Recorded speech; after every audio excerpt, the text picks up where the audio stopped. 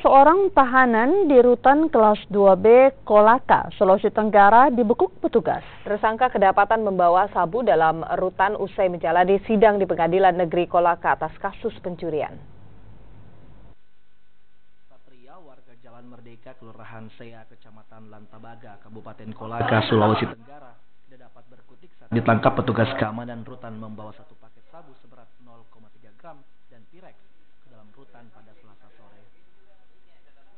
Tertangkapnya pelaku berawal dari kecurigaan petugas rutan terhadap gerak-gerik Imam Satria saat dilakukan pemeriksaan terhadap puluhan tahanan yang masuk ke dalam rutan.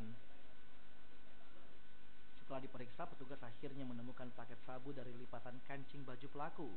Saya menjalani persidangan di Pengadilan Negeri Kolaka. Saya curigai bajunya sementara dia pegang, dia sudah buka. Saya periksa.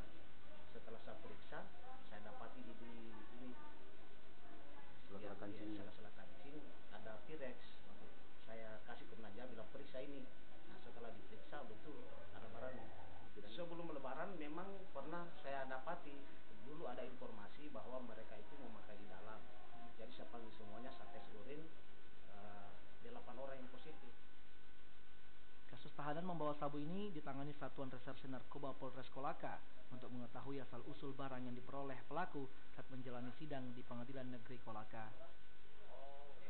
Muzakir Aziz, Kompas TV, Kolaka, Sulawesi Tenggara.